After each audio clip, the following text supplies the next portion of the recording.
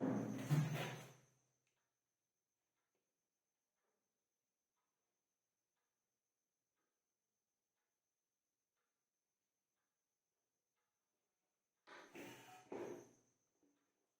Students, आज से हम लोग पैनक्रियाज के डिसीजेस स्टार्ट करेंगे। पैनक्रियाज में हम लोग मोस्टली आपके दो डिसीजेस पढ़ेंगे, एक तो पैनक्राइटाइटिस पढ़ेंगे और एक आपके सूडोसिस्ट पढ़ेंगे। ठीक है, तो जो हमारा पैनक्राइटाइटिस वाला पार्ट है, पैनक्रियाटाइटिस, उसे हम लोग दो स्टेज में पढ़ेंगे।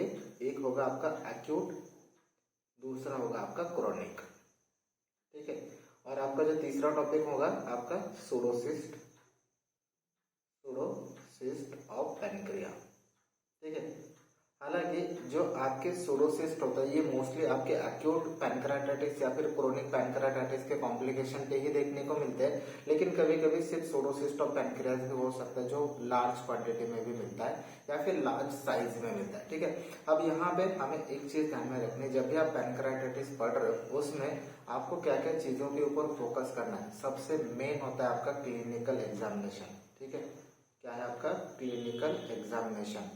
तो जब भी आप पेशेंट डील कर रहे हो पैनक्राइटाइटिस का, तो आपको basic clinical examination of abdomen आना चाहिए। और ऐसे पेशेंट में जब भी आप क्लिनिकली पेशेंट को एग्जामिन कर रहे हो, सबसे इम्पोर्टेंट आपका पार्ट आता है एक तो हिस्ट्री टेकिंग वाला। ठीक है, तो आप अगर प्रॉपर हिस्ट्री ले रहे हो तभी आप क्लिनिकल एग्जामिनेशन में भी परफेक्ट हो सकते हो। तो पहले आपको बेसिक हिस्ट्री लेना है पेशेंट में कि इसमें क्या कॉज हो सकता है। जब आप हिस्ट्री टेकिंग प्रॉपरली लेते हो तो आपको कॉज आराम से मिल जाता है।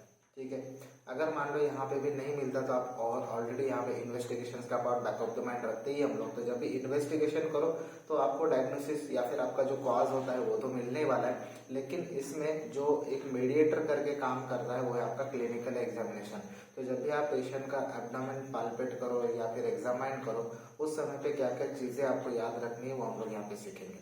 दूसरी चीज क्या है कि ये जो पैनक्राइटाइटिस के पेशेंट होते हैं ना, अगर हम लोग पूरे एब्डोमिनल पैथोलॉजीज देखेंगे, जैसे कि आपका इंटेस्टाइनल ऑब्स्ट्रक्शन है, अपेंडिसाइटिस है, लीवर की पैथोलॉजीज है, स्प्लीन की पैथोलॉजीज है, पूरे जो भी आपके एब्डोमिनल ऑर्गन्स है, किडनी हुआ, यूरेटर हुआ, ब्लैडर हुआ, सारी एब्डोमिनल पैथोलॉजीज में सबसे वर्स्ट कंडीशन वाला जो पेशेंट माना जाता है वो आपका पैनक्राइटाइटिस का माना जाता है। अब इसमें ये चीज होती क्यों, क्योंकि जब भी आपके पैनक्रियाज में अगर नेक्रोसिस सेटल डाउन होगा तो पेशेंट में मॉर्टेलिटी के चांसेस 100% होते हैं। ठीक है, तो ये मॉर्टेलिटी रेट इसका ज्यादा होने के कारण इसकी कंडीशन वर्स्ट मानी जाती है। इसीलिए जब भी पेशेंट अगर पैनक्राइटाइटिस का आप डील कर रहे हो तो उसमें प्राइमरी मैनेजमेंट क्या करना है ये प्रॉपर आपको पता होना चाहिए, तभी जाके पेशेंट आप ट्रीट कर सकते हो। अदरवाइज पेशेंट बहुत जल्दी बैड हो जाते हैं आपके पैनक्राइटाइटिस के। ठीक है, वैसे तो अगर देखा जाए तो नेक्रोसिस सेटल डाउन होने के लिए ऑलमोस्ट 3 वीक लगते हैं, लेकिन तब तक के अगर आप पेशेंट को मैनेजमेंट सही तरीके से ना दो तो पेशेंट बहुत जल्दी भी ये बैड हो सकते हैं। इसीलिए आपको मैनेजमेंट के ऊपर भी फोकस करना है। तो सारी चीजें एक एक करके डिटेल में डिस्कस करेंगे। पहले हम लोग डेफिनेशन समझ लेते हैं। तो देखो, पैनक्राइटाइटिस ये वर्ड में जो आपका आइटिस वर्ड आता है, ठीक है, ये आइटिस वर्ड आपको जब भी कहीं दिखे हम लोग इन्फ्लामेशन हमारे माइंड में रहता है। तो ठीक है, तो ये भी आपका एक acute inflammation of the pancreas है। तो बेसिकली जो डेफिनेशन आएगी वो क्या आएगी, this is an acute pancreatitis is an acute inflammation. ठीक है, कैसा इन्फ्लामेशन है, acute inflammation of the prior normal gland parenchyma. अब जो आपकी ग्लैंड है पैरेन्काइमा, ग्लैंड का पैरेन्काइमा है, यानी कि आपकी पैनक्रियाज क्या है, ये ग्लैंड ही है। ठीक है, तो ये जो ग्लैंड है उसका जो पैरेन्काइमा है पहले नॉर्मल था, अब इन्फ्लाम्ड हो चुका है। ठीक है, तो वो कंडीशन एक्यूट कंडीशन में होना चाहिए। ठीक है, विच इज यूजुअली रिवर्सिबल। तो एक्यूट कंडीशन में जो पैनक्रियाज का यहाँ पे इन्फ्लामेशन हुआ वो मोस्टली रिवर्सिबल होता है, लेकिन अगर आप 2 वीक्स तक ये ट्रीटमेंट नहीं कर रहे हो तो पेशेंट में नेक्रोसिस सेटल डाउन होता है, एब्सिस होता है, पैनक्रियाटिक एब्सिस होता है और पेशेंट का यहाँ पे डिटेरियोरेशन होना स्टार्ट होता है।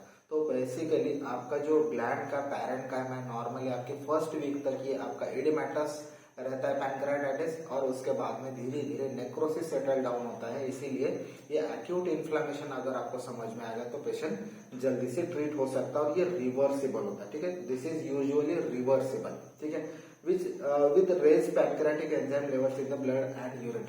तो बेसिकली जब पैनक्राइटाइटिस हो रहा है तो उसमें आपके जो पैनक्रेटिक एंजाइम है, जो मोस्टली हम लोग दो एंजाइम देखते हैं, serum amylase and serum lactase.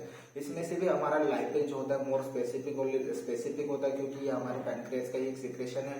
तो इसीलिए आपके जो पैनक्रेटिक एंजाइम्स है वो भी अगर बढ़ रहे, वो आपके एक तो ब्लड में भी बढ़ेंगे और आपके यूरिन में भी बढ़ेंगे। तो ये आपको ध्यान में रखना है। अगर पेशेंट पैनक्रेटाइटिस का है उसमें इन्फ्लामेशन होगा, उसके साथ साथ जो आपके एंजाइम्स है वो ब्लड में भी बढ़ रहे और आपके यूरिन में भी बढ़ रहे। ठीक है, तो आपके डेफिनेशन के तौर पे क्या याद रखेंगे आप, ये this is N acute pancreatitis which is an acute inflammation of the prior normal gland parenchyma, जो पहले नॉर्मल थी अभी वो इन्फ्लाम्ड हो चुकी है, विच इज यूजुअली रिवर्सिबल।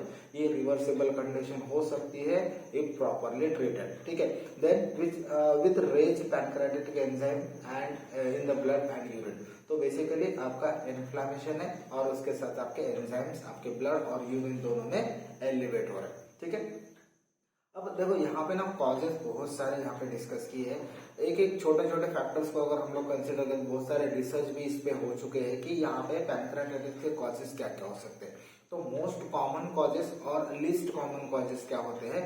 पहले दो मोस्ट कॉमन कॉजेस है आपके, पहले एक तो biliary tract diseases which is mostly 40 to 60% cause होता है आपका, ऑलमोस्ट कहीं कहीं आपको 80% भी मिल जाएगा। ठीक है, तो जो गॉल ब्लैडर के डिसीजेस है, आपके बिलियरी ट्री के डिसीजेस है, इसकी वजह से एक्यूट पैनक्रेटाइटिस होना ये मोस्ट कॉमन होता है।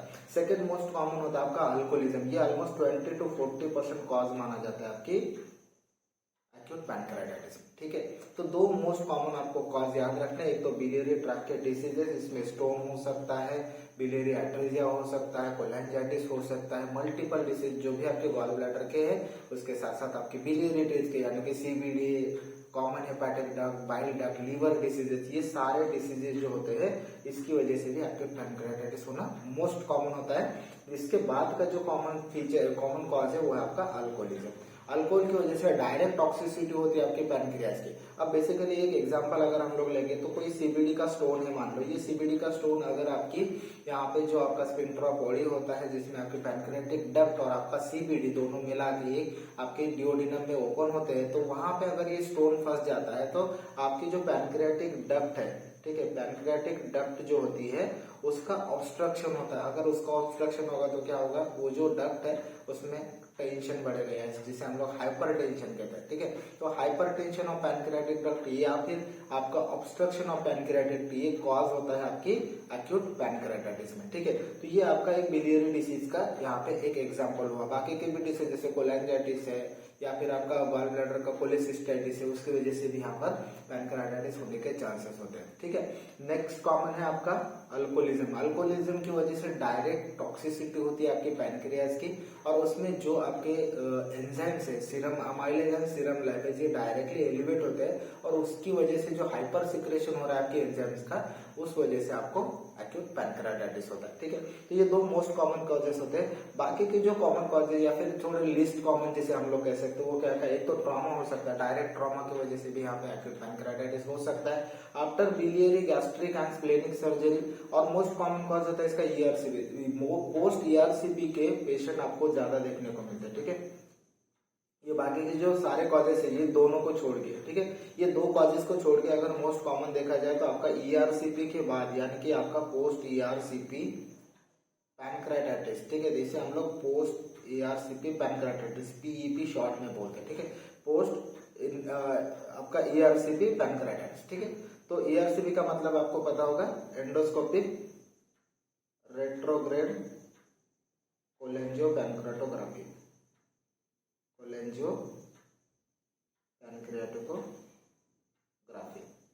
ठीक है, इसमें हम लोग क्या करते हैं, डाई पुश करते हैं। अब यहाँ पे जो ईआरसीपी की वजह से जो पैनक्रेटाइटिस होता है ना, उसके बहुत सारे रीजंस बताए। ठीक है, एग्जैक्ट कॉज तो पता नहीं, लेकिन रीजंस इसके पीछे बहुत सारे बताए। आपके स्फिंक्टर ऑफ बॉडी या उसका स्पाज्म होता है कभी कभी, क्योंकि जो इंस्ट्रूमेंटेशन हम लोग करते हैं ईआरसीपी में, उसमें कभी कभी आपका जो स्फिंक्टर होता है वो स्पाज्म हो जाता है, उसकी वजह से पैनक्रिया के एंजाइम्स एलिवेट हो जाते हैं। ये भी एक कॉज बताया। दूसरा कॉज बताया कि आपका अगर पेरिफेरल स्ट्रक्चर में कोई ट्रॉमा होता है, उसकी वजह से जब ईआरसीपी करते हैं तो उसकी वजह से ट्रॉमा हो सकता है, ये भी कॉमन कॉज बताया। दूसरा एक कॉज हो सकता है अगर हम लोग जो डाई यूज करते हैं या फिर कॉन्ट्रास्ट यूज करते हैं, कॉन्ट्रास्ट की वजह से भी आपकी जो आपकी पैनक्रियाटिक डक्ट होते हैं उसमें इन्फ्लामेशन होता है, उसकी वजह से आपके hyper secretion of the enzymes होता है। इसीलिए भी कभी कभी ईआरसीपी की वजह से यहाँ पे आपका पैनक्रियाटाइटिस होने के चांसेस होते हैं। तो ऐसे मल्टीपल कॉजेस ईआरसीपी के बाद बताए, लेकिन आपको ध्यान में क्या रखना है, एक तो बिलियरी सर्जरी अगर कोई करते हैं तो उसमें भी पैनक्रियाटाइटिस हो सकता है। गैस्ट्रिक सर्जरी के बाद क्यों होता है, क्योंकि जो भी हमारे गैस्ट्रिक सिक्रेशंस होते हैं उसके साथ कहीं ना कहीं आपके पैनक्रियाटिक सिक्रेशंस भी रिलेटेड होते हैं, ठीक है। तो बेसिकली आपके गैस्ट्रिक सिक्रेशन बढ़ेंगे, आपके पैनक्रियाटिक सिक्रेशंस भी बढ़ते हैं और उस वजह से आपका एक्यूट पैनक्रियाटाइटिस होता है। स्प्लेनिक सर्जरी की वजह से भी यहाँ पर आपके पैनक्रियाटाइटिस के पेशेंट दिखते हैं और पोस्ट ईआरसीपी ये मोस्ट कॉमन कॉज होता है आपकी पैनक्रियाटाइटिस में, ठीक है। तो ये आपका नेक्स्ट कॉमन कॉज हुआ। अब हम लोग यहाँ पे हाइपरथायरॉयडिज्म देखेंगे। तो हाइपरथायरॉयडिज्म और हाइपर कैल्शियमिया हम लोग पैथोलॉजी में एक चीज पढ़ेंगे, आपका सैपोनिफिकेशन होता है। जब भी हमारा पैनक्रियाटाइटिस का पैथोलॉजी हम लोग पढ़ेंगे उसमें एक चीज होती है सैपोनिफिकेशन ऑफ फैट, ठीक है। तो ये जो कंडीशन होती है जिसमें आपका कैल्शियम इन्वॉल्व होता है, उसमें आपका कैल्शियम इन्वॉल्व होता है या फिर यूज होता है, और आपका हाइपरथायरॉयडिज्म और कैल्शियम का संबंध या फिर रिलेशन आप सबको पता है।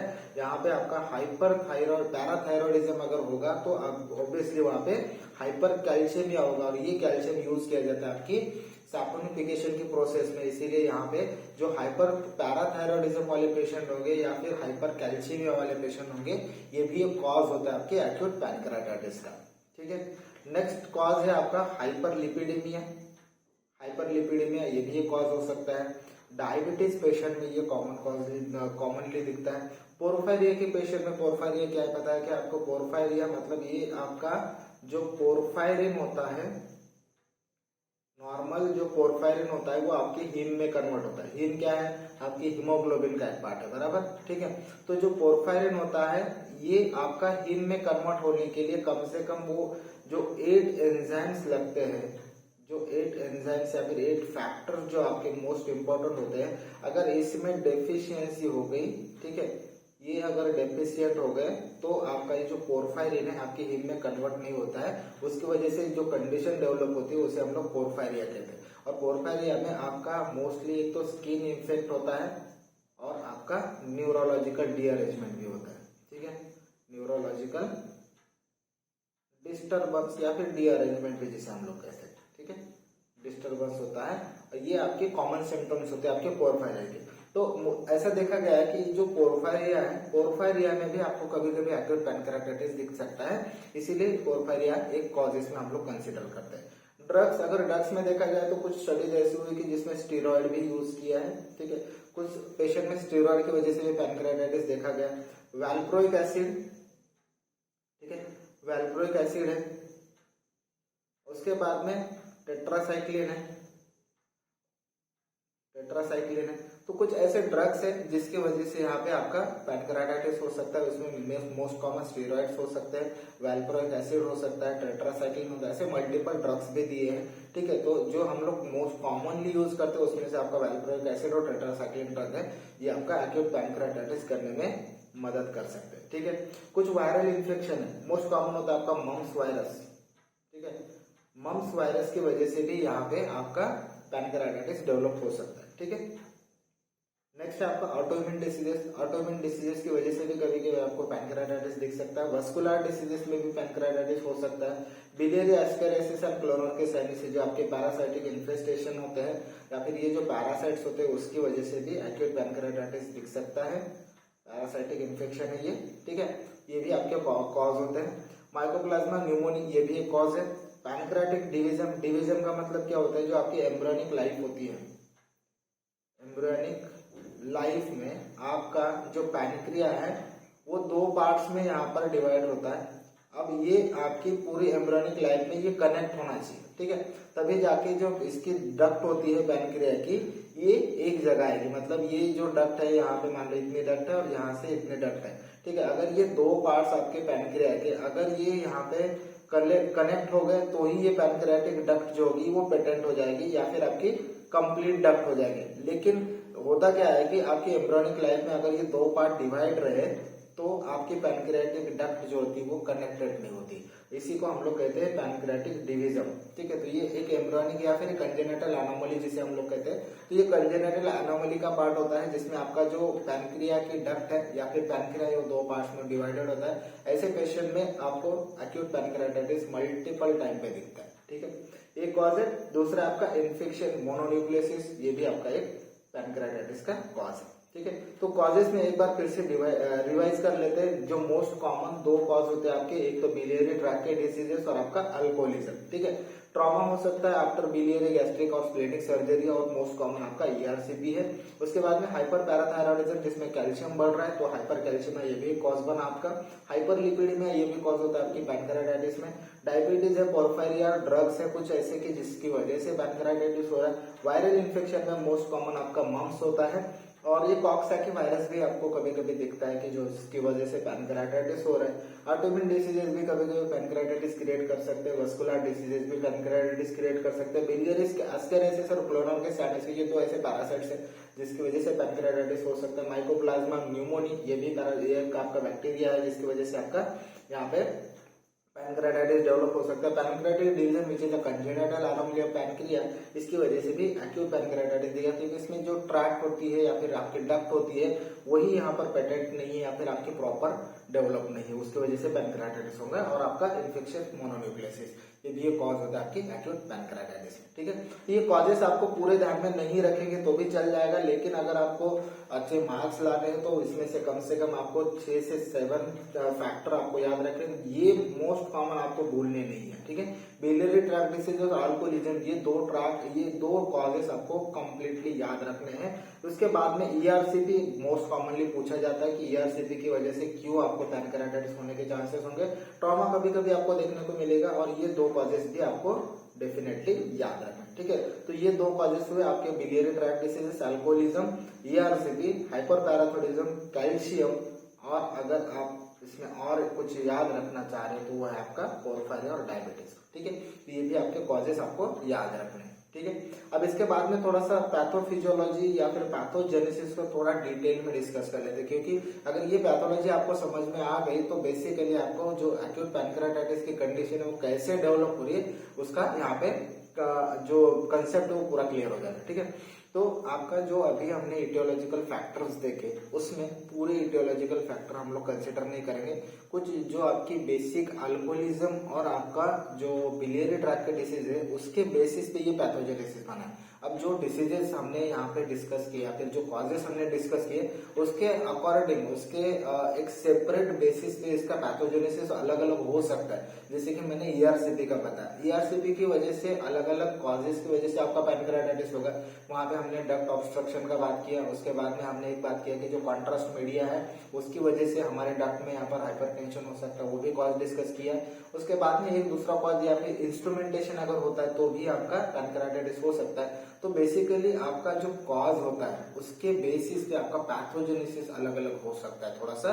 तो इसीलिए ये जो पैथोजेनेसिस अब हम लोग यहाँ पे डिस्कस करेंगे वो आपकी बिलियरी ट्रैक्ट को कंसिडर करके हम लोग यहाँ पे डिस्कस करें। तो बेसिकली अगर मान लो आपकी बिलियरी ट्रैक्ट में आपका कोई स्टोन फंसा या फिर कोई भी पैथोलॉजी अगर हुई तो जाके आपका एटियोलॉजिकल जो पैथोजेनेसिस होगा वो कैसे होगा उसे हम लोग यहाँ पर डिस्कस करें। तो ऑल दिस एटियोलॉजिकल फैक्टर जैसे कि ये कॉमनली यहाँ पे डिस्कस किए हुए पैथोलॉजिकल फैक्टर्स है, उसमें अगर हम लोग देखेंगे तो क्या होता है, they cause either cause spasm of sphincter of Audi. ठीक है, ये क्या करेंगे, स्पाज्म होगा यहाँ पे, किसका स्पाज्म होने वाला है, स्फिंक्टर ऑफ ऑडी का। ठीक है, and Leeds into the parenchyma. तो ये जो स्पाज्म है ये स्फिंक्टर ऑफ ऑडी पे तो हो रहा है, लेकिन आपकी जो पैरेन्काइमा है, ग्लैंड का पैरेन्काइमा, उसमें भी कहीं ना कहीं ये स्पाज्म यहाँ पे ट्रांसफर हो जाएगा और causes increased secretion of pancreatic enzyme. तो बेसिकली एक तो आपके स्फिंक्टर ऑफ ऑडी का यहाँ पे स्पाज्म होगा या फिर ग्लैंड के पैरेन्काइमा का स्पाज्म होगा, उसके साथ आपके पैनक्रियाटिक एंजाइम्स बढ़ेंगे। ठीक है, तो दोनों में से कोई भी एक कॉज हो सकता है। वो आगे पैथोलॉजी को कैसे लेके जा रहा है they cause trypsinogen get converted और एक्टिवेटेड। ठीक है, यहाँ पे जो ट्रिप्सिनोजन है वो आपके पैनक्रिया का ही एक एंजाइम है जो कि आपका यहाँ पे एक्टिवेट हो जाएगा एंड फॉर्मिंग ट्रिप्सिन। तो ट्रिप्सिनोजन से आपका ट्रिप्सिन बन रहा है। ठीक है, तो जब भी ये पैनक्रिया के एंजाइम्स हाइपर सीक्रेट होंगे तो आपका जो ट्रिप्सिनोजन है ये आपके ट्रिप्सिन में कन्वर्ट हो जाएगा। ठीक है, and which activates other enzyme. तो जब भी आपका ट्रिप्सिनोजन ट्रिप्सिन में कन्वर्ट हो जाएगा ये बाकी के एंजाइम्स को भी एक्टिवेट कर देगा। ठीक है, अब वैसे तो पैनक्रिया का काम ही एंजाइम को सीक्रेट करना, लेकिन अगर ये एडिक्वेट क्वांटिटी में हो रहे तो कुछ भी हार्म नहीं है। लेकिन अगर इसका हाइपर सीक्रेशन हो रहा है तब जाके पेशेंट में ये हार्म क्रिएट कर सकता है। तो क्या क्या हो सकता है, अगर मान लो इसका जो ट्रिप्सिनोजन फैक्टर है ट्रिप्सिनोजन ट्रिप्सिन में कन्वर्ट हुआ, उसके बाद में क्या होगा ये आगे के फैक्टर्स को यहाँ पर और एक्टिवेट करेगा। तो उसमें कौन से फैक्टर है, प्रो इलास्टेज का यहाँ पे इलास्टेज में कन्वर्जन होता है। ठीक है, तो जैसे ये हाइपर सिक्रेशन बना ट्रिप्सिन ने इनको एक्टिवेट किया तो प्रो इलास्टेज से बना आपका इलास्टेज और आपका प्रो लाइपेज से बनता है लाइपेज। ठीक है, तो इनका सिक्रेशन बढ़ जाएगा। तो जो प्रो इलास्टेज से इलास्टेज बना ये क्या करता है, ये आपके कैपिलरीज को रप्चर करने का काम करता है। ठीक है, तो इट कॉजेस कैपिलरी रप्चर। अब जब कैपिलरी रप्चर होगी तो ऑब्वियसली कहीं ना कहीं ब्लीडिंग के चांसेस बढ़ जाएंगे। ठीक है, तो आगे क्या होगा हम लोग डिस्कस करेंगे। तो पहले यहाँ पे लाइपेज का फैक्टर डिस्कस कर लेते हैं। जो प्रो लाइपेज से लाइपेज बना उसकी वजह से क्या होगा, it metabolises triglyceride to the glycerol and fatty acid. तो ये रिएक्शन हम सबको पता है कि जब भी ट्राइग्लिसराइड का मेटाबॉलिज्म होता है उससे हम लोगों को क्या मिलता है, एक तो आपका फैटी एसिड्स और आपके ग्लिसरॉल मिलते हैं। ठीक है, and the fatty acid combine with the calcium which forms saponified fat. ये सबसे इंपॉर्टेंट पैथोलॉजी का पार्ट है आपकी।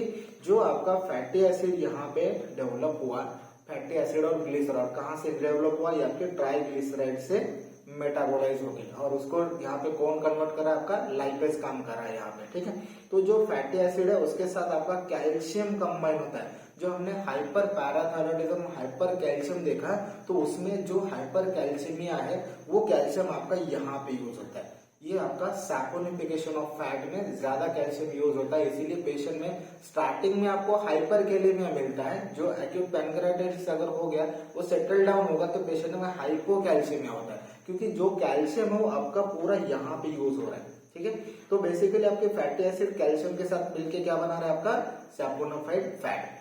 अब यहाँ पे नेक्स्ट फैक्टर बहुत इंपॉर्टेंट है समझने के लिए, क्योंकि यहाँ पे आपकी कैपिलरी का रप्चर हुआ। ठीक है, यहाँ पे जो आपका कैपिलरी का रप्चर हुआ और ये सैपोनिफाइड फैट बना। अब यहाँ पे ये जो पूरा सिक्वेस्ट्रेड फ्लूइड होगा, अब ये सिक्वेस्ट्रेड फ्लूइड कहाँ से आएगा, क्योंकि आपके कैपिलरी रप्चर हो रहा है। ठीक है, उसमें आपका सैपोनिफाइड फैट कहाँ से आया, आपकी लाइपेज की वजह से यहाँ पे डिग्रेडेशन हुआ, मेटाबोलाइजेशन हुआ, उसमें आपका कैल्शियम आ गया, उसकी वजह से सैपोनिफाइड फैट जमा हो गया। ब्लड आ सकता है इसमें, क्योंकि यहाँ पे कैपिलरी रप्चर हो रहे तो ये ब्लड भी लाएगा।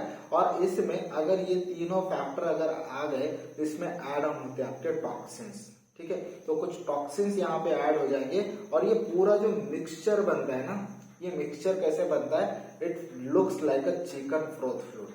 ठीक है, तो एक स्पेसिफिक फीचर है आपके एक्यूट पैनक्रेटाइटिस का, जो भी कलेक्शन होता है उसका जो यहाँ पे एक कैरेक्टरिस्टिक बताए वो कैसा बताए, it is a seen like a chicken froth fluid. ठीक है, तो ये वर्ड आपको यहाँ पे मार्क कर लेना है, चिकन फ्रोथ फ्लूइड। ठीक है, अब इसके बाद क्या होता है, जैसे ये लाइपेज हुआ एक्टिवेट हुआ, ठीक है, इलास्टेज एक्टिवेट हुआ, इसके वजह से जो मल्टीपल फैक्टर्स होते हैं, मल्टीपल एंजाइम्स होते हैं, वो भी यहाँ पर एक्टिवेट हो जाते हैं और वो पैथोलॉजी में यहाँ पर पार्ट लेते हैं। वो कौन से फैक्टर्स है, जैसे कि आपका लेसिथिनेज है। ये लेसिथिनेज क्या करता है, आपकी जो अल्वेओलाई का सर्फेक्टेंट है जो कि आपके लंग्स में प्रेजेंट होता है, उस सर्फेक्टेंट का यहाँ पे प्रमाण कम कर देता है और उसकी वजह से क्या होता है, पेशेंट में ARDS डेवलप होता है। ठीक है, पेशेंट में ब्रीदिंग डिफिकल्टी होती है और जो लेसिथिनेज है वो अगर आपके सर्फेक्टेंट को रिड्यूस कर रहा है तो अल्टीमेटली आपका रेस्पिरेटरी फेलियर भी क्रिएट कर सकता है। इसीलिए लेसिथिनेज बहुत इंपॉर्टेंट फैक्टर है समझने के लिए। अमाइलेज है, अमाइलेज क्या है, आपका पैनक्रिया का ही फैक्टर है जो कि यहाँ पे एक्यूट पैनक्रेटाइटिस में बनने वाला है।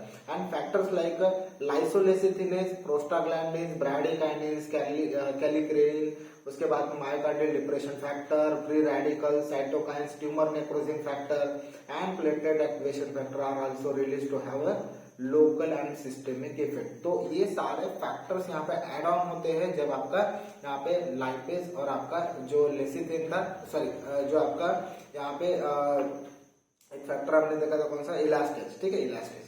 तो ये इलास्टेज और आपका लाइपेज जब एक्टिवेट होगा और जहां पे आपका ट्रिप्सिनोजन से ट्रिप्सिन बना, उसकी वजह से जो फैक्टर और एड ऑन हो जाते हैं उसमें ये फैक्टर्स हमें याद रखना है। लेसिथिनेज है, अमाइलेज है, और आपका जो लाइसोलेसिथिनेज, उसके बाद में आपका प्रोस्टाग्लैंडिन है, ब्रैडिकाइनेस है, कैलिक्रेइन है, मायोकार्डियल डिप्रेशन फैक्टर है, फ्री रेडिकल्स है, साइटोकाइंस है, ट्यूमर नेक्रोसिंग फैक्टर है और प्लेटलेट एक्टिवेशन फैक्टर। ये सारे जो फैक्टर्स है ये आपका एक तो लोकल यहाँ पे इफेक्ट शो करेंगे या फिर आपका सिस्टेमिक इफेक्ट शो करेंगे, ठीक है। ये फैक्टर भी यहाँ पे एड ऑन हो गए। अब यहाँ पे अगर मान ली इतने फैक्टर ऐड ऑन हो गए, आपकी पूरी पैथोलॉजी में यहाँ पर पार्ट ले रहे, उसके बाद में यहाँ पे इन्फेक्शन होना कॉमन है, ठीक है। तो infection occurs which causing bacteraemia and septicaemia. तो जो बैक्टीरिया यहाँ पे इन्वॉल्व होते हैं वो यहाँ पे पॉलीबैक्टीरियल इन्फेक्शन हमें देखने को मिलता है, यानी कि मल्टीपल बैक्टीरिया यहाँ पे ग्रो होते हैं, और जैसे ये बैक्टीरिया ग्रो होंगे ये पूरा इन्फेक्शन आपके ब्लड में जाएगा, तो ये बैक्टीरियमिया और आपका सेप्टिसिमिया यहाँ पे फॉर्म करेगा। अब जब यहाँ पे सेप्टिसिमिया डेवलप हुआ, large volume of fluid sequestration occurs which causing hypovolaemic shock. अब जैसे यहाँ पे प्लेटलेट का डिग्रेडेशन हो रहा था, रप्चर हो रहे थे प्लेटलेट, उसकी वजह से भी सिक्वेस्ट्रेशन हो रहा था, और ये आपका पूरा थर्ड स्पेस जो फ्लूइड होता है वो पूरा लॉस कर देता है, जिसकी वजह से यहाँ पे हाइपोवॉल्यूमिक शॉक होता है, ठीक है। तो कुछ इस तरह से यहाँ पे इसकी बेसिक पैथोलॉजी बनती है। पैथोलॉजी की एक बार और रिवाइज कर लेते हैं क्योंकि ये बहुत इंपॉर्टेंट फैक्टर होता है समझने के लिए। यहाँ पे पूरे इटोलॉजिकल फैक्टर में जो मोस्ट कॉमन फैक्टर हम लोगों को याद रखना है वो आपकी जो बिलियरी ट्रैक्ट की डिजीज है उसी की हम लोग यहाँ पे पैथोलॉजी पढ़ रहे हैं। उसकी वजह से क्या हो सकता है, यहाँ पे स्पाज्म हो सकता है स्फिंक्टर ऑफ बॉडी का, या फिर आपके जो पैनक्रियास के एंजाइम है वो बढ़ सकते हैं। यहाँ पे ट्रिप्सिनोजन एक्टिवेट हुआ, ट्रिप्सिनोजन क्या करेगा, आपके ट्रिप्सिन में यहाँ पर कन्वर्ट हो जाएगा।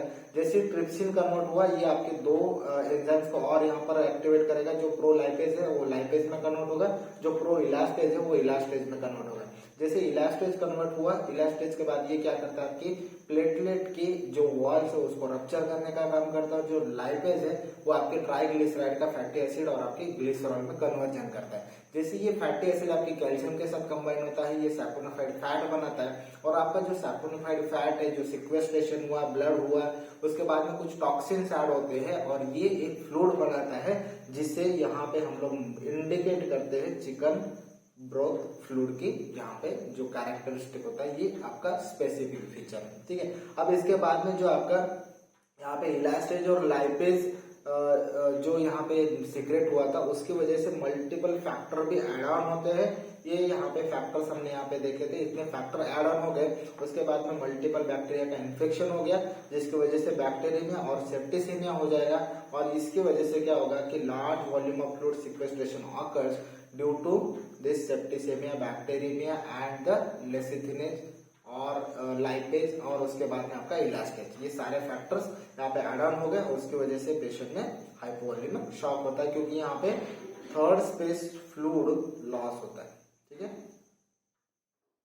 थर्ड स्पेस फ्लूइड लॉस होता है, और वहां पे आपको हाइपोवॉल्यूमिक शॉक दिखाई देगा, ठीक है। अब ऑर्गेनिज्म की बात कर लेते हैं। यहाँ पे ऑर्गेनिज्म आपको कौन से देखेंगे, एक कोलाई होगा जो कि मोस्ट कॉमन होता है, क्लेब्सिएला हो सकता है, एंट्रोकोकस हो सकता है, लेकिन यहाँ पे मैंने एक वर्ड बताया था पॉलीमाइक्रोबियल इन्फेक्शन, ठीक है। यानी कि आपका ये जो पैनक्राटाइटिस होता है उसमें मल्टीपल बैक्टीरिया इन्वॉल्व होते हैं। उसमें मोस्ट कॉमन जैसे दिया गया है कि 35% आपका ई कोलाई होता है, 25% में आपको क्लेब्सिएला दिखेगा, आपका एंट्रोकोकस होता है आपका 25% ऑलमोस्ट, एंड अदर बैक्टीरिया कौन से जो कि 10% का यहाँ पर कंट्रीब्यूट करते हैं, जैसे कि आपका स्टेफिलोकोकाई है, यहाँ पे सुडोमोनास हो सकता है, आपका प्रोटियस हो सकता है, एंट्रोबैक्टर हो सकता है, अनएरोब हो सकते हैं, या फिर कुछ कैंडिडा का इन्फेक्शन भी हो सकता है, ठीक है। तो बेसिकली आपका जो मोस्ट कॉमन आपको फैक्टर याद रखना है वो आपका ई कोलाई और आपका क्लेब्सिएला, ठीक है। और इसमें जब पैनक्राटाइटिस होता है तो ये आपकी बाकी के ऑर्गन को भी डैमेज कर लेता है, इसलिए वहां पे कौन सा ऑर्गेनिज्म ग्रो होगा यहाँ पे हम लोग कह नहीं सकते, इसीलिए ये पॉलीमाइक्रोबियल का है, इसकी जो पैथोलॉजी है वो पॉलीमाइक्रोबियल कही गई है, ठीक है। बार देख लेते हैं इसके क्लिनिकल फीचर्स। ये मोस्ट इंपॉर्टेंट पार्ट है आपकी यहाँ पर जो पैनक्रेटाइटिस का होता है। जब आप क्लिनिकली एग्जामिन करते हो पेशेंट को तो आपको क्या क्या फीचर्स देखने को मिलते हैं। पहले है आपका sudden onset of upper abdominal pain. तो ये जो पेन होता है ये मोस्टली आपका एपिगैस्ट्रिक पेन होता है, ठीक है, एपिगैस्ट्रिक पेन होता है। तो कभी कभी हमें यहाँ पर आपका जो हम लोग पेप्टिक एसिड डिसीज हम लोग कहते हैं, एपीडी जिसे हम लोग कहते हैं, एसिड पेप्टिक डिसऑर्डर, या फिर जीआरडी जैसे हम लोग कहते हैं, सेम उस तरह से आपको लग सकता है। लेकिन ये पेन वर्स्ट होते जाता है अपर एब्डोमेन यानी कि आपका एपिगैस्ट्रिक में। ये पेन पहले स्टार्ट होता है अम्बिलिकल रीजन में और ये रेडिएट करता है आपके बैक साइड को, ठीक है, which referred to the back. तो रेफर्ड होता है ये बैक साइड पे। नेक्स्ट कॉमन इसका फीचर्स क्या होता है, the pain is severe, agonising and refractory. तो ये मोस्टली पेन कैसा सीवियर फॉर्म में होता है, ठीक है। स्टार्टिंग में पेन थोड़ा कम होगा लेकिन धीरे धीरे ये पेन बढ़ता है तो ये सीवियर फॉर्म में पेशेंट आपके पास आता है। अगोनाइजिंग होता है, ये मोस्ट क्रूशिएटिंग पेन होता है, एक्सक्रूशिएटिंग पेन होता है और रिफ्रैक्टरी होता है, ठीक है।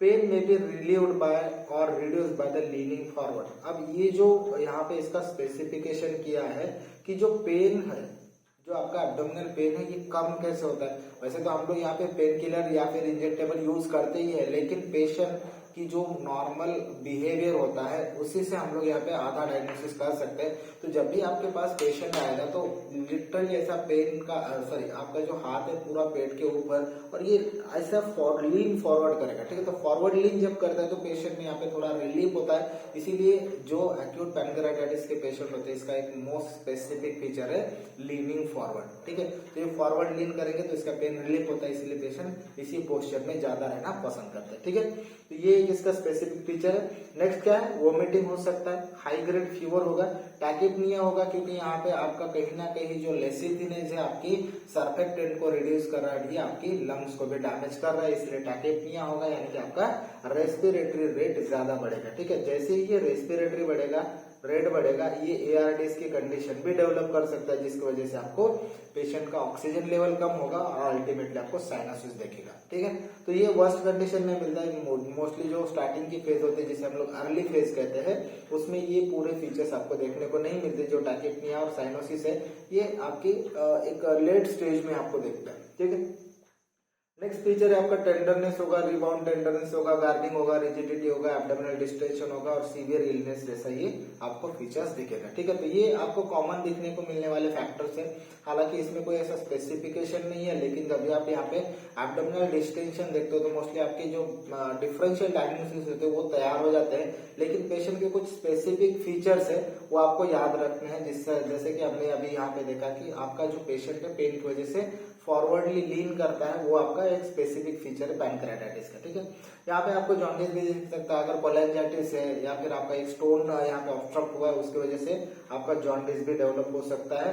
Features of shock and dehydration, क्योंकि यहाँ पे पेशेंट में वोमिटिंग हो रही है, लॉस ऑफ फ्लूइड हो रहा है, तो उसकी वजह से यहाँ पे क्या होगा, हाइपोवोलेमिक शॉक होगा, डिहाइड्रेशन होगा, ठीक है। नेक्स्ट है, अब जैसे ही यहाँ पे मान लो ये डिहाइड्रेशन हुआ, ब्लड प्रेशर कम होता है, जैसे ही ब्लड प्रेशर कम हुआ कि आपका रीनल परफ्यूजन कम होगा, ठीक है। रीनल परफ्यूजन कम होगा, जैसे ही रीनल परफ्यूजन कम होगा पेशेंट में आपको ऑलिगोयूरिया दिखेगा, ठीक है, यानी कि आपका यूरिन आउटपुट कम होगा, ठीक है। नेक्स्ट है हाइपोक्सिया। हाइपोक्सिया क्यों होगा, हमने यहाँ पे हमने सीखा कि जो आपका लेसिथिनेज है सर्फेक्टेंट को डिस्ट्रॉय कर रहा है और आपका जो अल्वियोला है उसके बीच में यहाँ पे जो भी हमारा ऑक्सीजन का या फिर आपके कार्बन डाइऑक्साइड का जो एक्सचेंज होना है वो प्रॉपरली नहीं होगा, उसकी वजह से आपको हाइपोक्सिया भी दिखेगा और पेशेंट में एसिडोसिस दिखेगा। तो ये एसिडोसिस एक तो आपका रेस्पिरेटरी एसिडोसिस भी हो सकता है और मेटाबॉलिक एसिडोसिस भी हो सकता है, ठीक है। अब 3 साइन है जो हमें याद रखने हैं। पहला है ग्रे टर्नर साइन, दूसरा है कुलेंस साइन और तीसरा है फॉक्स साइन, ठीक है। अब यहाँ पे 3 साइंस जो है वो हमें यहाँ पर याद रखने। ग्रे टर्नर साइन किसे हम लोग कहते हैं, बेसिकली जब भी हमने एक चीज पढ़े थे तो पैथोलॉजी पढ़े थे, उसमें हमने एक चीज देखी कि जो आपका इलास्टेज है वो आपकी कैपिलरी वॉल को रप्चर कर रहा है, ठीक है। तो ये जो रप्चर हो रही कैपिलरीज है आपकी, जो आपका रेट्रोपेरिटोनियल पार्ट होता है, ठीक है। तो आपका जहाँ पे पैनक्रिया आपके एब्डोमिनल कैविटी में प्रेजेंट है उसके रेट्रोपेरिटोनियली आपके ऑलमोस्ट किडनी प्रेजेंट है, ठीक है। तो वहां पर ये जो पूरी पैथोलॉजी यहाँ पे हो रही है उसकी वजह से क्या हो रहा है कि जो पेरिफेरल ऑर्गन्स है उस पर भी कहीं ना कहीं यहाँ पर इम्पैक्ट होता है और आपकी जो वेसल्स है रप्चर हो रही है और जिसकी वजह से पेशेंट में कभी कभी डीआईसी के फीचर्स आप लोगों को देखने को मिलते हैं। डीआईसी यानी क्या, डिसेमिनेटेड इंट्रावास्कुलर कोएगुलेशन, ठीक है। तो ये जो कोएगुलोपैथी होती है उसकी वजह से क्या होता है कि जो स्मॉल वेसल्स यानी कि आपकी कैपिलरीज वो रप्चर होती है और उसी की वजह से आपका रेट्रोपेरिटोनियली आपको ब्लीडिंग मिलता है। तो ये ब्लीडिंग क्या करता है, ये शो कहाँ होगा, ये आपके फ्लैंक रीजन में शो होता है, ठीक है। तो जब भी आपको हेमोरेज दिखेगा, हेमोरेज होगा आपके रेट्रोपेरिटोनियल साइड पे, ठीक है, रेट्रोपेरिटोनियल साइड पे जब ये हेमोरेज हो रहा है तो ये शो कैसे होगा, आपके फ्लैंक रीजन में यहाँ पे इकाइमोसिस पैचेस दिखेंगे, ठीक है, इकाइमोसिस दिखेगा। और ये जब इकाइमोसिस दिखता है तो ये ऑलमोस्ट पूरा रेड कलर का होगा, ठीक है। ये रेड कलर का इकाइमोसिस जब दिखता है आपको, ये पैचेस दिखते हैं आपकी फ्लैंक रीजन में, तब हम लोग इसे कहते हैं ग्रे टर्नर साइन, ठीक है। तो इसका मतलब क्या, इकाइमोसिल patches on the left flank region, तो उसे हम लोग कहते हैं ग्रे टर्नर साइन, ठीक है। अब ये जो पैथोलॉजी है, जो आपका रेट्रोपेरिटोनियल हेमोरेज हो रहा है वो आपके फ्लैंक रीजन में जब दिखेगा तो उसे हम लोग कहते हैं ग्रे टर्नर साइन। अगर सेम पैथोलॉजी आपकी जो आपका यहाँ पे अम्बिलिकल रीजन होता है, अम्बिलिकल रीजन तक अगर ये आपका हेमोरेज दिख रहा है यानी कि पेरी अम्बिलिकल रीजन अगर आपका रेडनेस दिख रहा है, मान लो कि ये आपका अम्बिलिकल एरिया है और इसके पेरीफेरली आपको ये हेमोरेज दिख रहा है, तब उसे हम लोग कहते हैं कूलन्स साइन, ठीक है। तो ये जो आपका हेमोरेज होता है ये आपके फाल्सी बॉब लिगामेंट के साथ यहाँ पर आपके अम्बिलिकल रीजन तक पहुंचता है और आपका पेरी अम्बिलिकल एरिया जो होता है वो आपका रेडनेस दिखता है, ठीक है। तो ये एक फैक्टर है जिसे हम लोग कहते हैं कूलन्स साइन, ठीक है। अगर सेम हेमोरेज अगर आपको इंग्वाइनल रीजन में दिख रहा है, ठीक है, सेम हेमोरेज अगर आपके इंग्वाइनल रीजन में दिख रहा है तब हम लोग उसे कहते हैं फॉक्स साइन, ठीक है। तो तीनों साइन में आपको रेडनेस या फिर इकाइमोशियल पैचेस दिखने चाहिए, जिसका साइट के हिसाब से इसका नॉमेनक्लेचर है। अगर वो फ्लैंक रीजन में है तब हम लोग उसे ग्रे टर्नर साइन कहेंगे, अगर आपके पैराअम्बिलिकल रीजन में है तब हम लोग उसे कूलन साइन कहेंगे, अगर आपके इंग्वाइनल रीजन में है तब हम लोग उसे फॉक्स साइन कहेंगे, ठीक है। तो ये तीनों साइन आपकी पैनक्रेटाइटिस के होते हैं, लेकिन ये जो साइन है ये आपको इजीली नहीं दिखेंगे, ये आपकी वर्स्ट कंडीशन या फिर लास्ट स्टेज में दिखते हैं, ठीक है। नेक्स्ट है आपका हेमाटोमेसिस, कभी कभी हो सकता है क्योंकि डीआईसी कोएगुलोपैथी हो रही है तो हेमाटोमेसिस हो सकता है, मलिना भी हो सकता है, ठीक है। हिकअप हो सकता है, ये आपका रिफ्रैक्टरी हिकअप हो सकता है। एसाइटिस डेवलप होगा, एसाइटिस क्यों डेवलप होगा, क्योंकि यहाँ पे थर्ड स्पेस फ्लूइड भी लॉस हो रहा है, सिक्वेस्ट्रेशन हो रहा है, उसकी वजह से एसाइटिस डेवलप होगा, ठीक है। पैरालिटिक इलियस क्योंकि यहाँ पे बॉवेल की मूवमेंट कम हो रही है, कैल्शियम कम हो रहा है, कैल्शियम के साथ साथ अदर इलेक्ट्रोलाइट इम्बैलेंस होता है, उसमें आपका जो पोटेशियम है, ठीक है, पोटेशियम है ये भी कम होगा तो पेशेंट में पैरालिटिक इलियस भी बैठेगा, ठीक है। तो पैरालिटिक इलियस में आपका जो आइलियम का या फिर आपकी जो स्मॉल बाउल का पार्ट है वो पूरा पैरालाइज हो जाएगा, इसमें कोई मूवमेंट नहीं रहेगी, ठीक है। नेक्स्ट फैक्टर है, जैसे ही यहाँ पे पैनक्रेटाइटिस हुआ आपका जो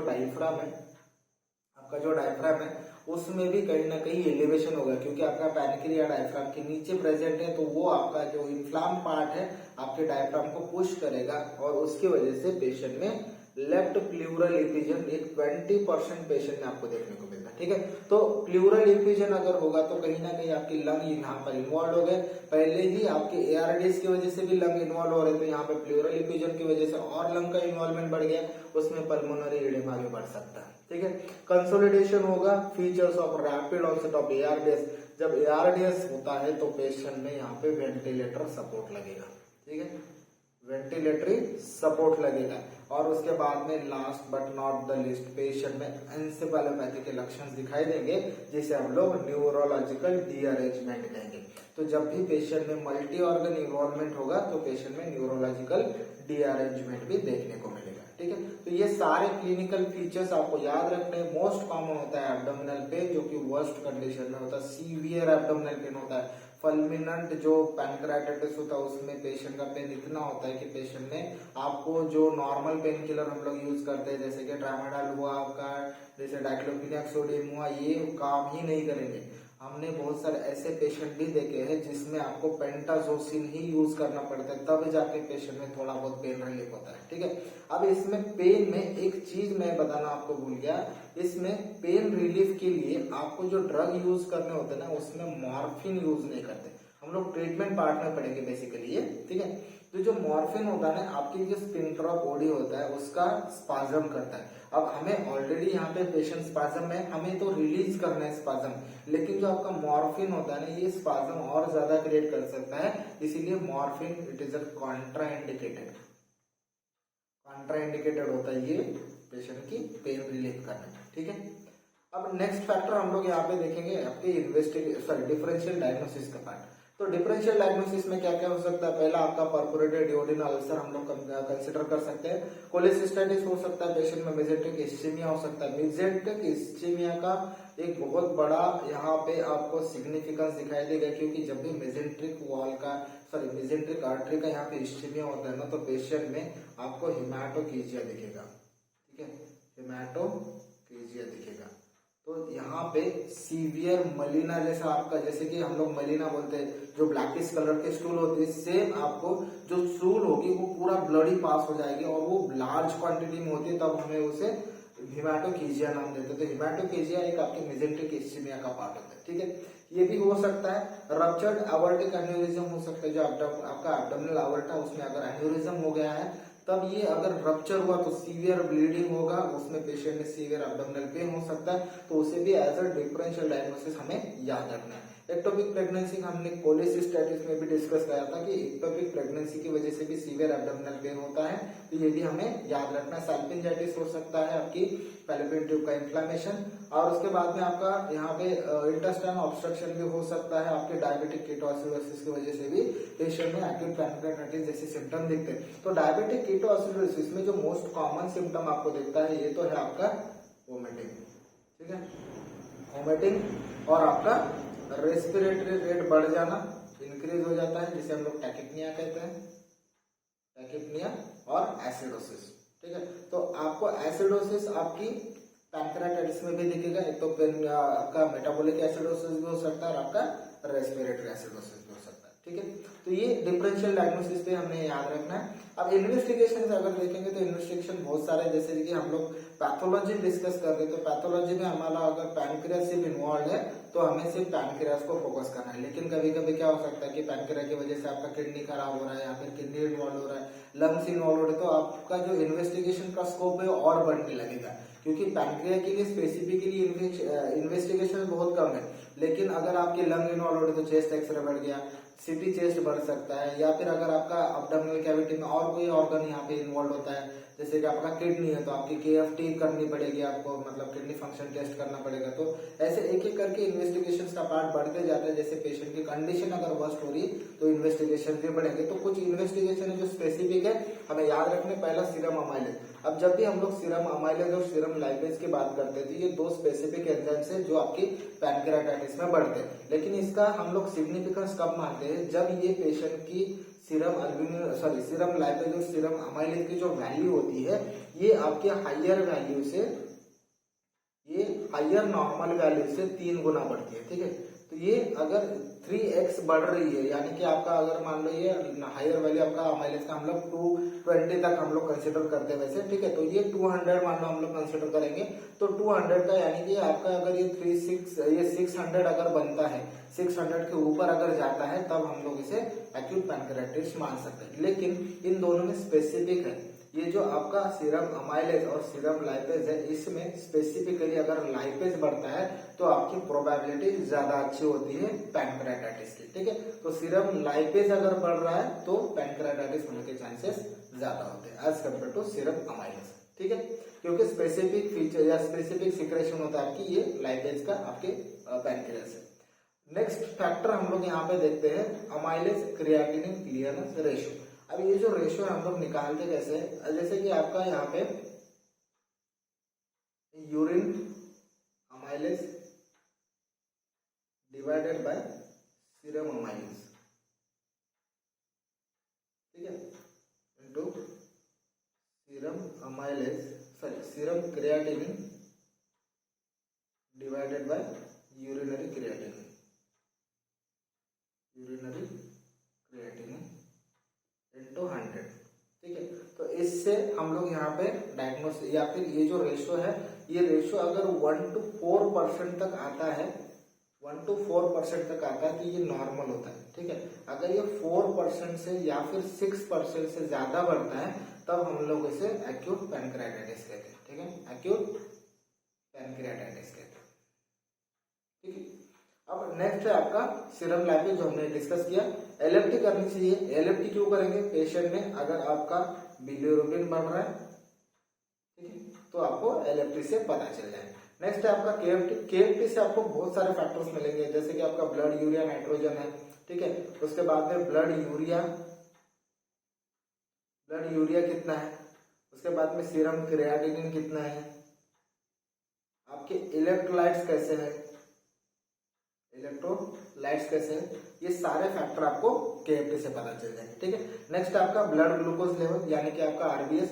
जैसे अगर हम लोग पेशेंट देखते हैं पैनक्रियाटाइटिस पे, उसमें आपकी जो ब्लड ग्लूकोज लेवल है वो हायर साइड पे जाती है, क्योंकि यहाँ पे इंसुलिन का सिक्रेशन कम होता है, तो इसलिए पेशेंट में ब्लड ग्लूकोज लेवल ज्यादा होती है, ठीक है। सीरम कैल्शियम हमें देखना चाहिए, क्योंकि सैपोनिफिकेशन ऑफ फैट में आपका कैल्शियम बहुत ज्यादा क्वांटिटी में यूज होता है, इसलिए हाइपोकैल्शियम में हमें देखता है, ठीक है। सीबीसी में आप लोगों को यहाँ पे टोटल ल्यूकोसाइट काउंट यानी कि टीएलसी काउंट बढ़ा हुआ मिलेगा, क्योंकि पेशेंट में इन्फेक्शन हो चुका है, ठीक है। और प्लेटलेट काउंट कभी कभी कम दिखता है। और नेक्स्ट है पेरिटोनियल टैप। पेरिटोनियल टैप में भी हम लोग यहाँ पे अमाइलेज लाइपेज देख सकते हैं, ठीक है। अमाइलेज लाइपेज हम लोग यहाँ पे भी देखेंगे। पेरिटोनियल टैप में है कि आपका एसिडिक जो फ्लूइड कलेक्ट हुआ है उसे हम लोग टैपिंग करके निकालेंगे, तब उससे हमें अमाइलेज और लाइपेज भेज देना है लैब के लिए, और इसकी भी वैल्यू अगर बढ़ के आती है तो हमारा डायग्नोसिस यहाँ पे कंफर्म हो जाएगा।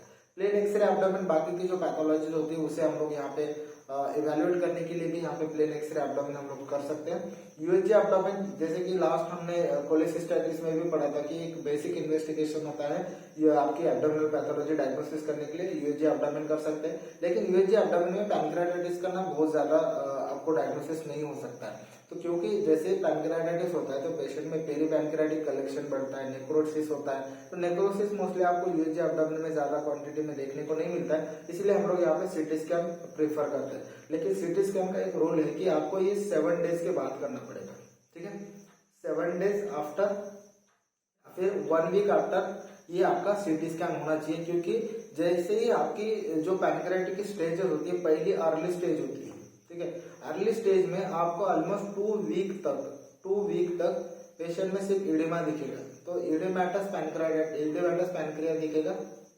इडिमेटस पैनक्रिया होगा। इसमें अगर नेक्रोसिस होता भी है तो ये स्टेराइल नेक्रोसिस होता है, ठीक है, ये स्टेराइल नेक्रोसिस होता है, ठीक है।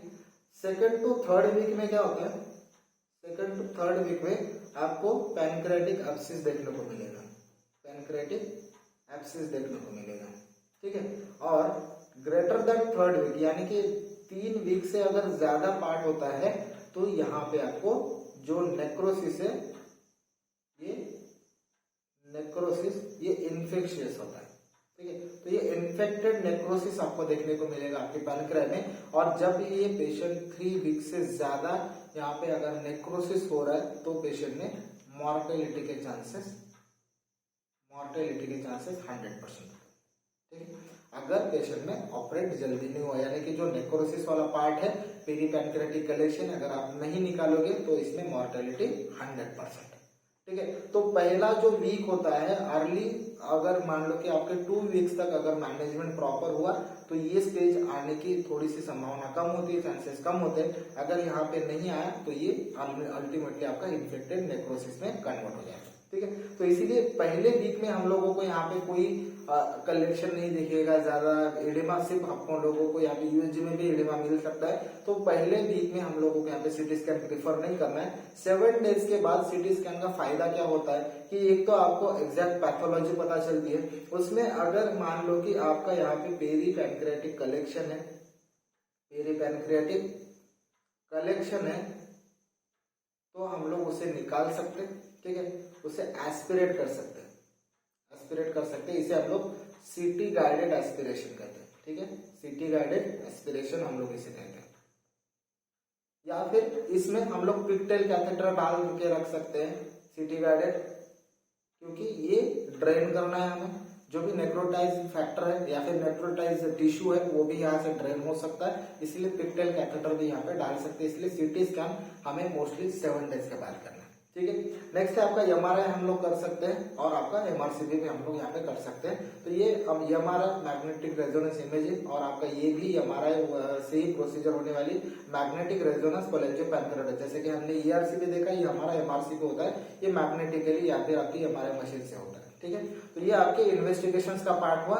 बहुत सारे इन्वेस्टिगेशंस ऐड ऑन होते हैं, जैसे जैसे पेशेंट यहाँ पे डिटोरेट होता है या फिर इंप्रूव होता है, उसके हिसाब से हम लोगों को इन्वेस्टिगेशन चॉइसेस डिफरेंट करने पड़ेंगे। ईआरसीपी भी हम लोग करते हैं। चेस्ट एक्सरे क्यों करना है, क्योंकि अगर लंग इन्वॉल्वमेंट हो रहा है तो चेस्ट एक्सरे हमें यहाँ पे फायदा देगा।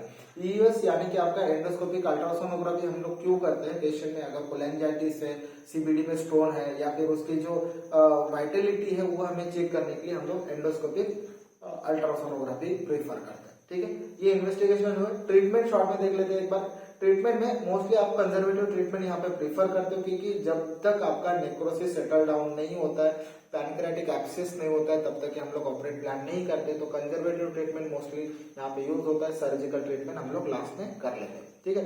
तो कंजर्वेटिव ट्रीटमेंट क्या क्या याद रखना है आपको, रिहाइड्रेशन। पेशेंट में जितना फ्लूइड आप दे सकते हो, क्योंकि फ्लूइड लॉस बहुत ज्यादा होता है, वोमिटिंग होती है, थर्ड स्पेस फ्लूइड लॉस होता है, उसमें ऑलमोस्ट हम लोग 250 to 500 ml पर आवर के हिसाब से हम लोग फ्लूइड प्रीफर करते हैं। इसमें ज्यादा हम लोग फ्लूइड कौन सा, एक तो रिंगर लैक्टेट यूज करेंगे, नॉर्मल सलाइन यूज करेंगे और आपका डेक्सट्रोज यूज करेंगे, ठीक है, डेक्सट्रोज यूज कर। अगर वॉल्यूम इससे भी नहीं डेवलप हो रहा है तो हम लोग प्लाज्मा यानी कि आपका एफएफपी फ्रेश फ्रोजन प्लाज्मा या फिर ब्लड ये भी ट्रांसफ्यूज कर सकते हैं। तो बेसिक आपका जो रिहाइड्रेशन है आप जितना जल्दी कर सको पेशेंट में उतना पॉसिबली करना है, क्योंकि पेशेंट में हाइड्रेशन मेंटेन होना बहुत जरूरी होता है, ठीक है।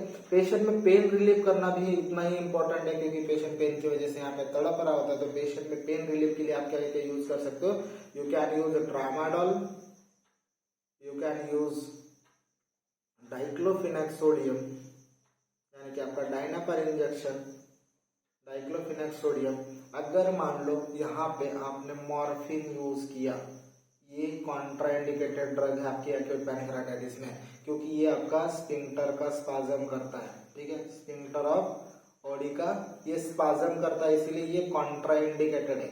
मॉर्फिन यूज नहीं करना है पेन में, ठीक है, कॉन्ट्राइड। वैसे भी अगर हम लोग देखा जाए तो ये मॉर्फिन ज्यादातर यूज होता ही नहीं है आजकल, तो ट्रामाडोल यूज कर सकते हैं, डाइक्लोफिनेक सोडियम यूज कर सकते हैं अगर पेशेंट का पेन इससे भी कम नहीं हुआ है। हमने बहुत सारे पेशेंट देखे जिसमें ट्रामाडोल डाइक्लोफिनेक काम ही नहीं करता है, उसमें हम लोग यहाँ पे एक ऑल अल्टरनेटिव यूज कर सकते हैं, पीसीएम यानी कि आपका पैरासीटामोल 1 ग्राम में यहाँ पर यूज कर सकते हैं, ड्रोटावरिन भी यूज कर सकते हैं, ठीक है, ड्रोटावरिन भी यूज कर सकते हैं, या फिर आपका लास्ट चांस बनता है आपका फोर्टविन, ठीक है, फोर्टविन यानी कि आपका पेंटासोसिन, ठीक है।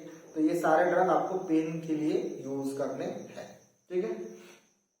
अब मान लो यहाँ पे in severe haemorrhagic episode fresh frozen plasma, क्योंकि आपका कोएगुलोपैथी हो रहा है, एंड प्लेटलेट कॉन्सेंट्रेशन मतलब आपके प्लेटलेट भी यहाँ पर देने पड़ सकते हैं, may be required in anticipation of DIC and haemorrhage. तो जैसे अगर मान लो कोई हेमोरेजिक एपिसोड हुआ, जैसे हेमाटोमेसिस हुआ, मलीना हुआ, तो उसमें आपको फ्रेश फ्रोजन प्लाज्मा और आपका प्लेटलेट कॉन्सेंट्रेशन भी यूज करना पड़ सकता है। नेजोगैस्ट्रिक एस्पिरेशन हमें करना है, नेजोगैस्ट्रिक एस्पिरेशन यानी कि आपका राइल्स ट्यूब इंसर्शन, ठीक है, राइल्स ट्यूब आपको डालनी है, उससे आप एस्पिरेट करो और उसके बाद में पेशेंट को ज्यादातर हम लोग एलबीएम रखते हैं।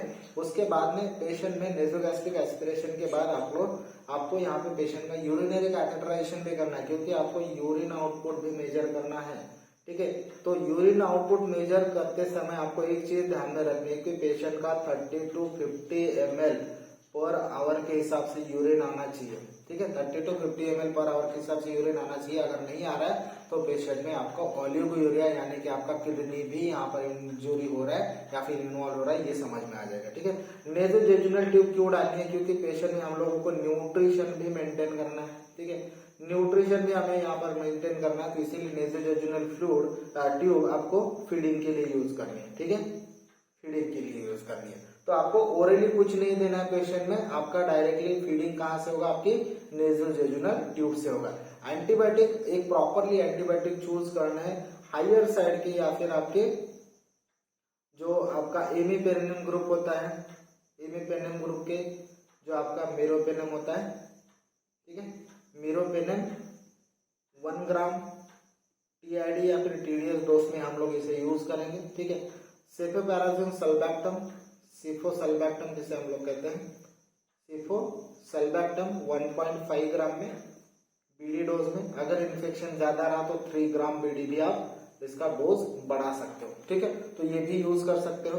एमोक्सिसिलिन में आपका पिप्रासिलिन टाइजोबैक्टम मोस्ट कॉमन होता है, पिप्रासिलिन टाइजोबैक्टम। अगर पेशेंट इससे भी सेटल नहीं हो रहा है तो आप यहाँ पे कोलिस्टिन और टार्गोसिड भी यूज कर सकते हो, ठीक है, टार्गोसिड 400 बीडी में इसको यूज करना है, ठीक है। तो एंटीबायोटिक जितना हायर साइड का यूज कर सकते हो अगर पेशेंट बैड हो। लेकिन एक स्टडी ऐसा भी हुआ है कि आपके पैनक्रेटाइटिस में बेसिकली एंटीबायोटिक का स्टार्टिंग में कोई रोल नहीं, स्टार्टिंग में मतलब अर्ली फेजेस में कोई भी रोल नहीं होता, इसलिए आप सिंपल एंटीबायोटिक से भी पेशेंट ट्रीट कर सकते हो। जैसे कि आपका एक्सेप्ट्राजोन है, ये मोस्ट कॉमन एंटीबायोटिक है, तो आपका टैक्सिन, सेप्ट्राजोन ये भी कॉमन एंटीबायोटिक आप यूज करके पेशेंट में ट्रीट कर सकते हो, लेकिन वो पेशेंट अर्ली स्टेज का होना चाहिए। लेकिन जब लेट स्टेज में पेशेंट आता है तब आपको हायर साइड के एंटीबायोटिक यूज करने, क्योंकि यहाँ पे सेप्टिसिमिया सेटल डाउन हुआ रहता है, ठीक है। तो ये एंटीबायोटिक का जो कैल्शियम ग्लूकोनेट, क्योंकि यहाँ पे हाइपोकैल्शियमिया है तो कैल्शियम ग्लूकोनेट 10% आपको यूज करना है टीडीएस में, ठीक है। तो 3 बार दिन में देना आपको कैल्शियम ग्लूकोनेट 10 ml। सीवीपिलाइन क्यों डालनी है, क्योंकि न्यूट्रिशन अगर आपको मेंटेन करना है, आपको आईवी फ्लूइड मेंटेन करना है, तो अगर फास्ट लाइन अगर नहीं रहेगी आपके पास, आप सिंपल इंट्राकट डाल के पेशेंट का रिहाइड्रेशन थेरेपी नहीं कर सकते, इसलिए सेंट्रल वेनस प्रेशर लाइन आपको डालनी पड़ेगी, ठीक है। यहाँ पे एंटासिड का भी बहुत बड़ा रोल आ जाता है कि आपका जो रैनिटिडिन है 50 mg हम लोग 6 आवर यूज कर सकते हैं, या फिर ओमेप्राजोल 40 mg बीडी यूज कर सकते हैं, या फिर पैंटाप्राजोल 80 mg बीडी हम लोग यहाँ पे यूज कर सकते हैं, क्योंकि इसमें स्ट्रेस अल्सर होने के चांसेस होते हैं, ठीक है, स्ट्रेस अल्सर होने के भी चांसेस होते हैं, इसलिए ये अवॉइड करने के लिए हमें यहाँ पे एंटासिड भी यूज करनी है, ठीक है। नेक्स्ट फैक्टर आता है आपका प्रॉपर इलेक्ट्रोलाइट मैनेजमेंट, क्योंकि इलेक्ट्रोलाइट मैनेजमेंट अगर नहीं करोगे तो पैरालिटिक इलियस सेटल डाउन हो जाएगा। कैल्शियम आपको यहाँ पर मेंटेन करके रखना, तो प्रॉपर इलेक्ट्रोलाइट मैनेजमेंट आपका होना चाहिए, ठीक है। हेमोडायलिसिस कब जरूरत पड़ेगी, अगर पेशेंट में सीरम क्रिएटिनिन ज्यादा बढ़ रहा है, ठीक है, और आपका यूरिन आउटपुट कम हो रहा है, ठीक है। यूरिन आउटपुट अगर डिक्रीज हुआ और आपका सीरम क्रिएटिनिन बढ़ा, ब्लड यूरिया बढ़ रहा है, ठीक है, ब्लड यूरिया बढ़ रहा है, तो आपको यहाँ पे हेमोडायलिसिस लगेगा, ठीक है। कुछ सोमैटोस्टैटिन और ऑक्ट्रियोटाइड, जैसे सोमैटोस्टैटिन या फिर इसके जो एनालॉग होते हैं ऑक्ट्रियोटाइड हम लोग यूज करते हैं, मोस्टली ऑक्ट्रियोटाइड यूज होता है। आपका 50 माइक्रोग्राम बोलस हम लोग देते हैं आईवी, ठीक है, बोलस आईवी यूज करते हैं, और ये आपका जो 50 माइक्रोग्राम बचता है ये आपके डेक्सट्रोज में हम लोग ओवर 1 आवर देते हैं, ठीक है, डेक्सट्रोज में ओवर 1 आवर तक हम लोग इसे इन्फ्यूज करते हैं। दिन में आप टीडीएस इसका भी डोज यूज कर सकते हो, ठीक है। तो ऑक्ट्रियोटाइड एग्जैक्टली क्या है, आपकी जो पैनक्रियाटिक सिक्रेशन होता है उसे थोड़ा सा कम करने में हेल्प करता है, ठीक है। तो ऑक्ट्रियोटाइड का ऐसा बहुत ज्यादा रोल है, ऐसा भी नहीं है, पैनक्रियाटिक सिक्रेशन कम करने के लिए ज्यादातर यूज होता है। आपकी गैस्ट्रिक सर्जरी के बाद भी हम लोग इसे यूज करते हैं, स्प्लेनिक सर्जरी के बाद भी इसे यूज करते हैं, क्योंकि सिक्रेशन को कम करता है, ठीक है। तो ये भी हम लोग यहाँ पे यूज कर सकते हैं। तो बेसिकली ये आपकी कंजर्वेटिव ट्रीटमेंट वाला पार्ट है, ठीक है। नेबुलाइजेशन हम लोगों को देना चाहिए, क्योंकि पेशेंट में एआरडी सेटल हो रहा है, लंग्स यहाँ पे कंसोलिडेट हो रहे हैं, तो इसलिए हम लोगों को नेबुलाइजेशन भी या फिर ब्रोंकोडायलेटर भी यूज करना है, ठीक है। Management of complication like acute lung injury, जैसे कि यहाँ पे देखा कि नेबुलाइजेशन है, आपका ब्रोंकोडायलेटर ये यूज करना है, अटेलेक्टेसिस का यहाँ पे हमें ध्यान रखना है, रेनल फेलियर का ध्यान रखना है, जीआई ब्लीडिंग का ध्यान रखना है, मेटाबॉलिक एन्सेफेलोपैथी या फिर एनकैप में पेशेंट रहता है तो उसका ध्यान रखना है, electrolyte deficiency as and when the needed by the repeated observation and evaluation. तो बेसिकली आपकी जो भी कॉम्प्लिकेशन हो रहे हैं उसका भी मैनेजमेंट प्रॉपरली होना चाहिए। इसीलिए जो पैनक्रेटाइटिस के पेशेंट होते हैं, पैनक्रेटाइटिस के पेशेंट होते हैं, मोस्टली हम लोग आईसीयू में ही इसका मैनेजमेंट करते हैं, ना कि आपकी इंटेंसिव केयर यूनिट में ही इसका मैनेजमेंट हो सकता है। क्योंकि पेशेंट में अगर ARDS हो जाए तो ऑब्वियसली इसमें वेंटिलेटर सपोर्ट लगेगा, बाकी का भी जो मैनेजमेंट होता है वो ऑलमोस्ट आपका ICU मैनेजमेंट ही है, इसे वार्ड में मैनेज नहीं कर सकते। ठीक है, अब सर्जिकल पार्ट आ जाए तो जब भी ये पेशेंट मान लो कि आपका 90% तो कंजर्वेटिव ट्रीटमेंट से ट्रीट होना है, जहाँ पे नेक्रोसिस सेटल डाउन हुआ या फिर पैनक्रेटिक एब्सिस बैठ गया तो उसमें हम लोगों को सर्जरी करनी पड़ती है। तो सर्जरी का ऑलमोस्ट 10% रोल ही है। सर्जरी में हम लोग करते क्या है, जो नेक्रोटाइजिंग टिश्यू है उसे निकालते हैं, उसे हम लोग नेक्रोसेक्टोमी कहते हैं। ठीक है, नेक्रोसेक्टोमी से हम लोग कहते हैं। उसके बाद में नेक्रोसेक्टोमी जैसे हम लोगों ने किया, अब ये तो जनरली हम लोग ओपन सर्जरी प्रीफर करते हैं, क्योंकि हमें यहाँ पे बहुत ज्यादा वॉश देना पड़ता है, क्योंकि जो भी यहाँ पे कलेक्शन हो रहा है वो आपकी एब्डोमिनल कैविटी में है, तो वो पूरा इन्फेक्शियस फ्लूइड आपकी पूरा एब्डोमिनल कैविटी में फैल सकता है। इसीलिए पूरा जो आपका वॉश है, आपका पेरिटोनियल कैविटी का पूरा वॉश है, उसको हम लोगों को ऑलमोस्ट 10 to 12 लीटर का यहाँ पे हम लोग वॉश यूज करते हैं। ठीक है, तो ये भी हमारा एक पार्ट होता है। कभी कभी क्या होता है कि ये जो नेक्रोटाइजिंग टिश्यू ये धीरे धीरे और लूज आउट होते रहता है। जब भी हम लोग यहाँ पे नेक्रोसेक्टोमी करके वो पूरा फ्लूइड निकालते हैं, उसके बाद में जो नेक्रोटाइजिंग टिश्यू वो पूरा निकाल देते हैं, उसके बाद में भी कंटिन्यूस इरिगेशन हमें करना पड़ता है। ठीक है, कंटिन्यूस इरिगेशन भी करना पड़ता है, जिसे हम लोग बेगर्स लवाज कहते हैं। ठीक है, बेगर्स लवाज हम लोग कहते हैं। इसमें क्या करते हैं हम लोग, एक तरह से हम लोग यहाँ पे फ्लूइड देते हैं, दूसरी तरफ से हम लोग इसका जो भी कलेक्शन है पूरा निकाल लेते हैं। तो ये कंटिन्यूअस लवाज हम लोग करते रहते हैं। और ये जो आपने हमें एक ट्यूब डाल देते हैं, जो आपकी पैनक्रियाटिक की, जैसे हम लोग नेक्रोसेक्टोमी कर लिए, वहां पे जो बेड बना उसके अंदर एक ट्यूब डाल देते हैं, जहां से फ्लूइड नीचे जाएगा, मतलब आपकी बेड पे जाएगा, और वहां से एक ट्यूब आउट लेते हैं हम लोग, जो हम लोग ड्रेनेज करते हैं, वो एक ट्यूब बन जाती है। तो ये कंटिन्यूअस हम लोग यहाँ पे लवाज देते रहते हैं, और वहां पे जो भी निक्रोटाइजिंग फ्लूइड है या फिर जो भी टॉक्सिक फ्लूइड है पूरा निकालते रहते हैं, जिसे हम लोग बेगर्स लवाज कहते हैं। ठीक है, तो ये आपका एक सर्जरी का मोस्ट इंपॉर्टेंट पार्ट होता है। तो सर्जरी के इंडिकेशन में क्या है, if the condition of the patient डिटोरिएट्स in spite of the good conservative treatment, तो कंजर्वेटिव ट्रीटमेंट देके भी अगर पेशेंट ट्रीट नहीं हो रहा है, डिटोरिएट होते रहे तो हमें सर्जरी प्लान करनी चाहिए। If there is a pancreatic infection और नेक्रोसिस डेवलप, जैसे ही पैनक्रेटिक नेक्रोसिस डेवलप होने लगा है, फिर एब्सिस डेवलप होने लगा, तो हमें सर्जरी का प्लान करना चाहिए। In severe necrotising pancreatitis as a trivial to save the as a trial to save the life of the patient which has a got very high mortality। तो जैसे ही necrotising pancreatitis, इसमें एक term और भी add हो जाती है, haemorrhagic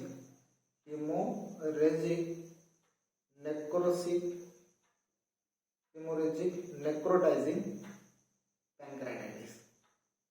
ठीक है, पैनक्रेटाइटिस, क्योंकि इसमें DIC तो ऑलरेडी हुआ है। ठीक है, DIC ऑलरेडी यहाँ पे डेवलप हुआ है, उसके बाद में अगर नेक्रोसिस हो रहा है, हिमोरेज हो रहा है, तो उसमें ये हाई मॉर्टेलिटी यानी कि 100% मॉर्टेलिटी के चांसेस यहाँ पे होते हैं, अगर पेशेंट में जल्दी से जल्दी हमने ऑपरेट नहीं किया तो ऑपरेट के लिए मोस्टली जैसे मैंने कहा कि यहाँ पे हम लोग ओपन या फिर लैप्रोटोमी, हम लोग यहाँ पे लैप्रोटोमी, ठीक है, हम लोग यूज करते हैं। तो लैप्रोटोमी के बाद हमने क्या करना है, यहाँ पे जो भी नेक्रोटाइजिंग फैक्टर है, सॉरी नेक्रोटाइजिंग टिश्यू है, नेक्रोटाइज टिश्यू वो पूरा हमें निकाल देना है। ठीक है, उसके बाद में पूरा वॉश कर लेना है अच्छे से।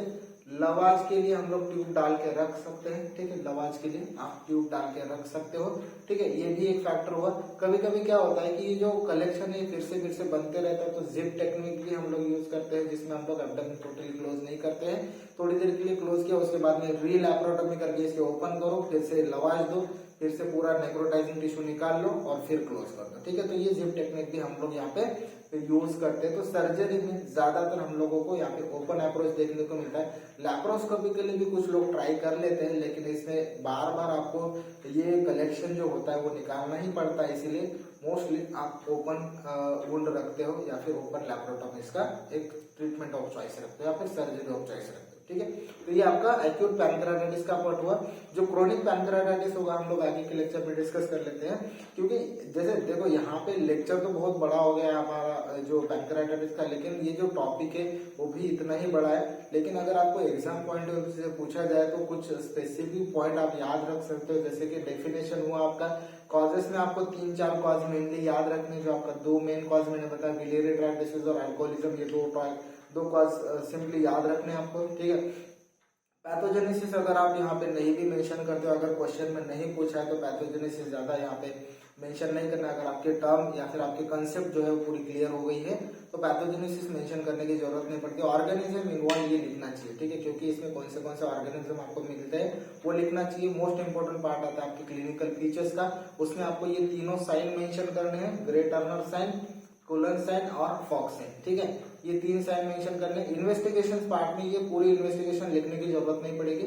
डिफरेंशियल डायग्नोसिस में अगर आप 5 डायग्नोसिस भी डिफरेंशियल लिख देते हो तो वो भी बहुत बड़ी बात होती। इन्वेस्टिगेशन में आपको क्या क्या याद रखना है, एक सीरम अमाइलेज है, ठीक है, जो आपके एंजाइम्स है आपके पैनक्रियास के वो यहाँ पर आ जाते हैं, सीरम अमाइलेज, सीरम लाइपेज, ये रेशो भी आ जाएगा, एलेप्टिक एफटी और ब्लड ग्लूकोज लेवल, उसके साथ से आपका सीबीसी और कैल्शियम लेवल। तो इतने 5-6 इन्वेस्टिगेशन भी अगर आप लिख लेते हो तो भी यहाँ पे आपको अच्छे मार्क्स आ सकते हैं, ठीक है। और सीटी स्कैन एक भी आपका एक इम्पोर्टेंट ये होता है इन्वेस्टिगेशन का। कंजर्वेटिव ट्रीटमेंट पे ही ज्यादा फोकस करना है, सर्जिकल क्वेश्चन नहीं आता है मोस्टली आपको, तो सर्जरी में आप यहाँ पे ओपन लैप्रोटोमी ये भी वर्ड यूज करोगे तो भी आपका आंसर बराबर आएगा, ठीक है। तो ये हुआ आपका एक्यूट पैनक्रेटाइटिस का एक्सप्लेनेशन। हम लोग आगे के लेक्चर में क्रोनिक पैनक्रेटाइटिस को सीखेंगे और लास्ट लेक्चर में हम लोग यहाँ पे पैनक्रेटिक सोरोसिस की बात करेंगे, ठीक है।